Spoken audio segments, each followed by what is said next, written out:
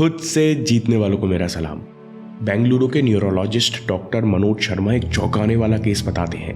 एक 15 साल के लड़के का सोशल मीडिया एडिक्शन इतना बढ़ गया कि वो दिन के 6 से 7 घंटे शॉर्ट्स और रील्स देखने लगा। आईटी जॉब में व्यस्त माँ बाप भी बच्चे के इस एडिक्शन पर ध्यान नहीं दे पाए। इसका नतीजा ये हुआ कि लड़के की मेमोरी और फोकस बहुत कमजोर हो गए। वो बहुत छोटी छोटी बात भूलने लगा और स्कूल में टॉप करने वाला ये लड़का 12th में बड़ी मुश्किल से मात्र 50% के साथ पास हुआ। ये बच्चा कहता है कि पहले मैं कभी इंस्टाग्राम पर नहीं जाता था, फिर एग्जाम्स के दौरान ब्रेक लेने के लिए मैंने रील्स देखना शुरू किया। उसके 2 साल बाद मेरा एडिक्शन 6-7 घंटे तक बढ़ गया।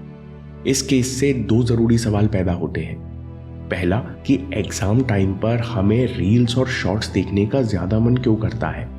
दूसरा, क्या सच में शॉर्ट्स और रील्स देखने से आपके दिमाग को इतना ज्यादा नुकसान होता है? अगर हाँ, तो हम इस नुकसान से कैसे बच सकते हैं?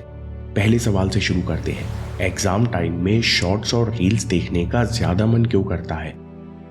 छिपा हुआ सवाल है कि हम प्रेशर के समय ना चाहते हुए भी डिस्ट्रैक्ट क्यों होते हैं।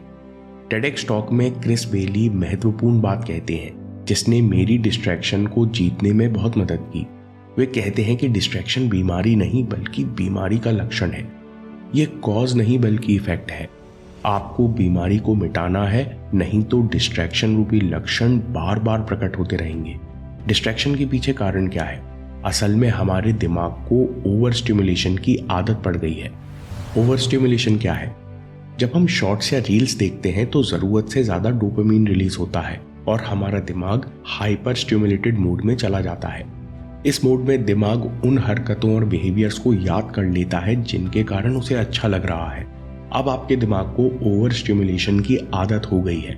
इसे ज्यादा देर नॉर्मल स्टेट में अच्छा नहीं लगता क्योंकि बेसलाइन डोपामिन गिर चुका है। यानी जब आप पढ़ने बैठते हो तो दिमाग में छोटे छोटे रिवॉर्ड्स के लिए क्रेविंग पैदा होती है। जब हम इस क्रेविंग को या इंटरनल ट्रिगर्स को मिटा नहीं पाते तो हम परेशान होने लगते हैं और हम कुछ करने के लिए बेचैन हो जाते हैं। ओवर स्टिमुलेशन के कारण नॉर्मल स्टेट में ज्यादा क्रेविंग पैदा होती है जिस कारण हम बेचैनी यानी इंटरनल ट्रिगर्स महसूस करते हैं और यही डिस्ट्रैक्शन का कारण है। नीरयाल अपनी किताब में कहते हैं कि सारा ह्यूमन बिहेवियर डिस्कम्फर्ट से दूर भागने से शुरू होता है। जब हमें क्रेविंग की फीलिंग परेशान करने लगती है तो दिमाग बेचैनी से बचने के लिए सोशल मीडिया पर चला जाता है। दोस्तों, मैं इस बात को रिपीट कर रहा हूं क्योंकि इसी नॉलेज के सहारे हम डिस्ट्रैक्शन को जड़ से हरा पाएंगे कि सारा का सारा ह्यूमन बिहेवियर डिस्कम्फर्ट से दूर भागने से शुरू होता है। इसलिए एग्जाम के पास आने पर हमको और बेचैनी महसूस होती है। हम समझ नहीं पाते इससे कैसे निपटना है। तो इस अनकंफर्टेबल फीलिंग से ध्यान हटाने के लिए हम शॉर्ट्स और रील्स पर चले जाते हैं। लेकिन क्या कुछ देर शॉर्ट्स और रील्स देखने से आपको फायदा होता है? असल में हमको कंफ्यूजन है कि थोड़ी देर में हमारी चिंता कम हो जाएगी और हम वापस पढ़ने बैठ जाएंगे। लेकिन 2020 की स्टडी में देखा गया कि शॉर्ट कंटेंट देखने से चिंता और नेगेटिव इमोशन से तत्काल आराम तो मिलता है, लेकिन देखना बंद करने के बाद टेंशन और डिप्रेशन के लक्षण बढ़ जाते हैं। अगली स्टडी में देखा गया कि 15 मिनट रील देखने के बाद दिमाग पर नेगेटिव असर पड़ता है। दिमाग थकता है, आप फोकस नहीं कर पाते। कितना फोकस गिरता है? 2020 की स्टडी में देखा गया कि कंसंट्रेशन और अटेंशन लेवल में 40% की गिरावट आती है और ये गिरावट करीबन 25 मिनट बनी रहती है। 2019 की रिसर्च स्टडी में देखा गया कि जब आप फ्लो स्टेट से निकलकर 5 मिनट का वीडियो ब्रेक लेते हो तो दिमाग को उसी लेवल का कंसंट्रेशन बनाने में 25 मिनट लगते हैं। ये तो हुआ शॉर्ट टर्म नुकसान। रिसर्च में पाया गया कि लॉन्ग टर्म में शॉर्ट कंटेंट के एडिक्शन से आपके दिमाग का कॉग्निटिव कंट्रोल खराब होता है। कॉग्निटिव कंट्रोल क्या है? मान लीजिए कि बड़े जहाज पर एक कप्तान है जिसे एक व्यस्त पोर्ट पर अपना शिप पार्क करना है। इस पोर्ट पर बहुत ट्रैफिक है, कई शिप आ जा रहे हैं, सायरन की आवाज और शोरगुल है। कप्तान को अलग अलग रास्ते के सिग्नल्स और जानकारी मिल रही है और उसके रूम में कई सारी स्क्रीन्स लगी हैं जिस पर कई सारे संदेश दिख रहे हैं। अब कप्तान का काम है कि वो जरूरी इंफॉर्मेशन को चुनकर बाकी डिस्टरबेंसेस को इग्नोर करते हुए अपने शिप को सही जगह पार्क करे। शिप का जो पायलट है वो है आपका दिमाग और इसका काम है कि इनपुट सिग्नल्स के शोर में से वो कुछ जरूरी सिग्नल को चुने और बाकी को रिजेक्ट करे और सामने जो काम है उसे पूरा करे। इसे कहते हैं कॉग्निटिव कंट्रोल। जब आपके दिमाग का कॉग्निटिव कंट्रोल अच्छे से काम करता है तो डिस्टरबेंस और विचारों के बीच में भी आप जरूरी एक्शंस और पढ़ाई को प्रायोरिटाइज कर पाते हो। जब कॉग्निटिव कंट्रोल सही होता है तो आप खराब स्थिति में भी खुद को संभाल लेते हो और बुरी आदतों से बच जाते हो। कॉग्निटिव कंट्रोल खराब हो गया तो क्या होगा? आप जानते हो कि सही क्या है, लेकिन फिर भी आप गलत इनपुट को इग्नोर नहीं कर पाओगे। नतीजतन मन में चल रहे विचारों से आप आसानी से डिस्ट्रैक्ट हो जाओगे। आपको पता भी नहीं चलेगा, लेकिन कुछ देर बाद आप खुद को अनचाहे एक्शन लेते पाओगे, जिस कारण कोई भी काम खत्म करना आपके लिए बहुत कठिन हो जाएगा। आप जानते हुए भी लोगों से कुछ ऐसी बात बोल दोगे और फिर उसे बाद में रिग्रेट करोगे कि मेरे मुंह से ये निकला क्यों। जब कॉग्निटिव कंट्रोल कमजोर होता है तो आपको पता होता है कि कब और क्या करना है, लेकिन आप कर नहीं पाते। यानी मेमोरी और फोकस के साथ साथ शॉर्ट कंटेंट के लॉन्ग टर्म में गंभीर नुकसान है। अब सॉल्यूशन की बात करते हैं और इसके साथ वीडियो समराइज भी कर लेंगे। हमारे पास एक इक्वेशन है, ओवर स्टिमुलेशन जिसके कारण बेसलाइन डोपामिन गिरा, नॉर्मल स्टेट में ज्यादा क्रेविंग जिसके कारण इंटरनल ट्रिगर्स और बेचैनी, और इन्हें ना हैंडल कर पाने के कारण डिस्ट्रैक्शन। सबसे पहले ओवर स्टिमुलेशन मिटाते हैं। पढ़ाई से ब्रेक के बीच में बिल्कुल शॉर्ट मत देखो।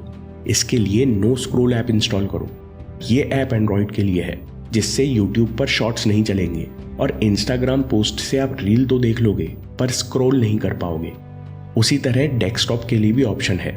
शॉर्ट ना देख पाने से आपका बहुत समय बचेगा और दिमाग भी फ्रेश रहेगा। अभी आईफोन यूजर्स के लिए मुझे कोई ऐप नहीं मिला। अब करते हैं कि एग्जाम के शॉर्ट टर्म सॉल्यूशंस की बात। एग्जाम के समय आपको स्ट्रेस दूर करने के लिए अगर कोई वीडियो देखना है तो उसे डाउनलोड करके या वीडियो की लिंक कॉपी करके VLC प्लेयर में देखो। ऐसा करने से आप एक के बाद दूसरा वीडियो नहीं देखते और इस लूप में आपका समय नहीं वेस्ट होता। उसी तरह स्ट्रेस दूर करने के लिए कुछ करने का मन करता है तो 4-5 इंस्ट्रूमेंटल स्टडी म्यूजिक डाउनलोड करके रख लो। इनकी प्लेलिस्ट बनाकर VLC में बार बार सुनो। Playlist work is deep flow की लिंक आपको डिस्क्रिप्शन में मिल जाएगी। ये सब करने से हमें एकदम से राहत तो मिलेगी, लेकिन डिस्ट्रैक्शन खत्म नहीं होगा। बेचैनी और इंटरनल ट्रिगर्स के कारण आपको पढ़ते वक्त बार बार कुछ करने का मन होता रहेगा। आप शॉर्ट की जगह गेम खेलने और न्यूज देखने लगोगे, इसलिए क्रेविंग सभी जिंदा है। यानी हमको क्रेविंग के द्वारा पैदा हुई इंटरनल ट्रिगर्स और बेचैनी मैनेज करना आना चाहिए। इसके लिए माइंडफुलनेस या अर्थ सर्फिंग का अभ्यास जरूरी है। इसके अलावा कोई दूसरा तरीका अभी तक मुझे नहीं मिला। जब हम अंदर उठती हुई क्रेविंग और बेचैनी को केवल देखते हैं तो ये उफान मारकर शांत हो जाती है। इसके अभ्यास के बिना डिस्ट्रैक्शन कभी खत्म नहीं होगा, केवल रूप बदलता रहेगा। इस प्रैक्टिस को करने के लिए आप गाइडेड मेडिटेशन के वीडियो द्वारा प्रैक्टिस कर सकते हो और अर्थ सर्फिंग या माइंडफुलनेस क्या होती है इस पर भी आप प्लेलिस्ट देख सकते हो। डिस्क्रिप्शन में आपको लिंक मिल जाएंगी। एग्जाम टाइम में सोने से पहले का एक शॉर्ट टर्म सॉल्यूशन। एक स्टडी में 40% युवाओं ने बताया कि जब वो सोने से पहले शॉर्ट्स या रील स्क्रॉल करते हैं तो उसके बाद सोने में ज्यादा दिक्कत आती है। नींद न लगने के कारण समय वेस्ट होता है। इसलिए सोने से पहले शॉर्ट टर्म कंटेंट देखने के बजाय आप इंस्पायरिंग वीडियोस, कहानी या पॉडकास्ट सुनते हुए भी सो सकते हो। ये सॉल्यूशन केवल एग्जाम टाइम के लिए है, क्योंकि इस समय इतना स्ट्रेस होता है कि हम नई आदत बदलने का स्ट्रेस नहीं ले सकते। लॉन्ग टर्म में सोने से पहले जर्नल राइटिंग और ध्यान करना चाहिए। दोस्तों, आपको एप्स, वीडियोस और प्लेलिस्ट की लिंक डिस्क्रिप्शन में मिल जाएगी। नो स्क्रॉल इंस्टॉल कीजिए, वीडियोस को डाउनलोड कीजिए या डायरेक्ट लिंक कॉपी करके VLC में देखिए। सोने से पहले आप नींद लाने वाली या इंस्पायरिंग कहानियां भी सुन सकते हैं। दोस्तों, हर दिन केवल 5 मिनट विजुअलाइजेशन के द्वारा हम अपने सबकॉन्शियस को कंसिस्टेंसी और कमिटमेंट के लिए प्रोग्राम कर सकते हैं। कैसे? इस वीडियो को सेव कीजिए और अभ्यास कीजिए। और याद रखिए दोस्तों, आपके समय से कोई वीडियो, कोई ऐप, कोई न्यूज़ कीमती नहीं है। मैं काम के किस्से लाता रहूंगा। हिम्मत, हरकत, होशियारी, हम जीतेंगे।